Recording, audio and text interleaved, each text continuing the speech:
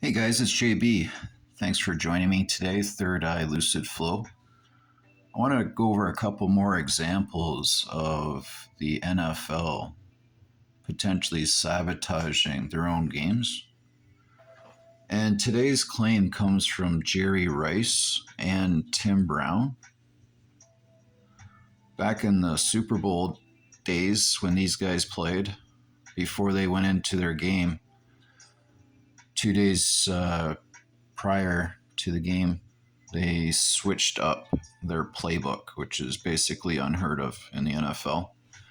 So these two guys are coming out now, years later, and basically talking to us about what's transpired in their particular situation.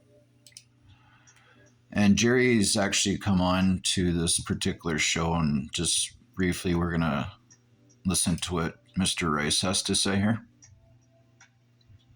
With the Raiders and Bucks, Super Bowl 37, you and Tim Brown obviously played for Oakland. You know where I'm going. Yeah, I know where you go with Tim Brown came out and said head coach Bill Callahan essentially sabotaged the game to let the Buccaneers win, and you agreed. You know what?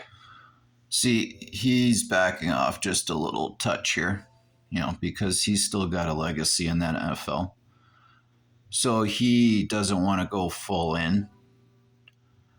But let's just see what he has to say. No, what I said is that I just found it was very unusual to change the game plan. Right. So that's a problem. Everybody knew it. They originally were going to do a smash mouth type football, which they should have. Instead, they went to more of a finesse throwing game against one of the best secondaries potentially ever. Just a very good secondary, so that didn't make sense. Another guy that came out recently was Tampa Bay Bucks, Dwight Smith, and he's considered one of the 53 greatest players in Super Bowl history. So this guy has a legacy if he wanted, right? He's come out.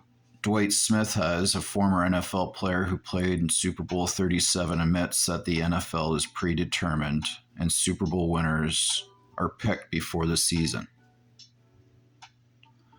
So that's a former MVP of a Super Bowl, right? But he says it's rigged. And he was in the Tampa Bay 03 game where he was the MVP. I just want to scooch over to this guy here just for a quick second. This guy was in the gambling industry. He was an executive. And let's go ahead and see what he has to say here. And behind the scenes, there's all of this maths going on that analyzes your betting. With 21st century technology, the punter doesn't really know what's going on. All right. So this guy's saying with 21st century technology, that the punter doesn't really actually know what's going on. And behind the scenes, there's all of this maths going on that analyzes your bet and ensures the company wins.